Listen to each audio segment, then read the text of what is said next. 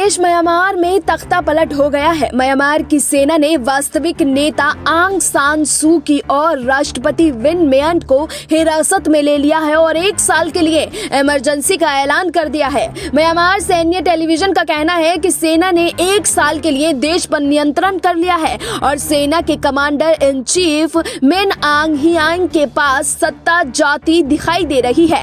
Myanmar सेना का कहना है कि चुनाव धोखाधड़ी के जवाब में तख्ता पलट की कार्रवाई की गई है। इस तख्ता पलट के साथ ही देश के अलग अलग हिस्सों में सेना की टुकड़ियों की तैनाती की गई है।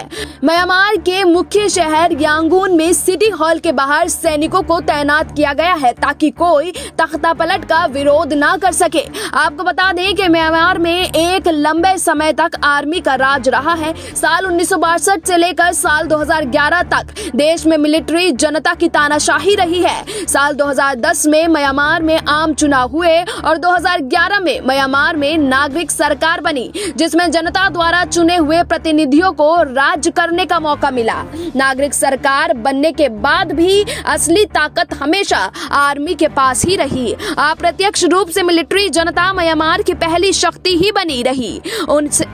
उसे उन अर्थों में हटाया नहीं जा सका जैसे कि बाहर से लग रहा था। इसलिए सोमवार को घटना हुई वो कुछ और नहीं बल्कि म्यांमार के राजनीतिक परिदृश्य का असली रूप है। अमेरिकी, ऑस्ट्रेलिया समेत कई देशों ने तख्तापलट पर चिंता जाहिर की और म्यांमार की सेना से कानून का सम्मान करने की अपील की।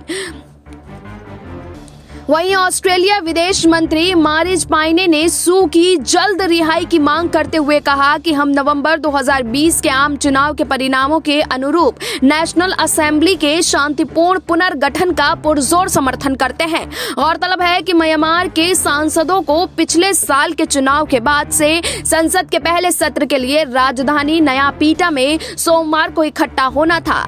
नवंबर के चुनाव में संसद के संयुक्त निचले और ऊपरी सदनों में सू की पार्टी ने 476 सीटों में से 396 सीटों पर कब्जा किया था। लेकिन अभी जो म्यांमार में माहौल बना हुआ है उसको देखकर हालात तनावपूर्ण बन गए हैं। Bureau report SPN 9 news.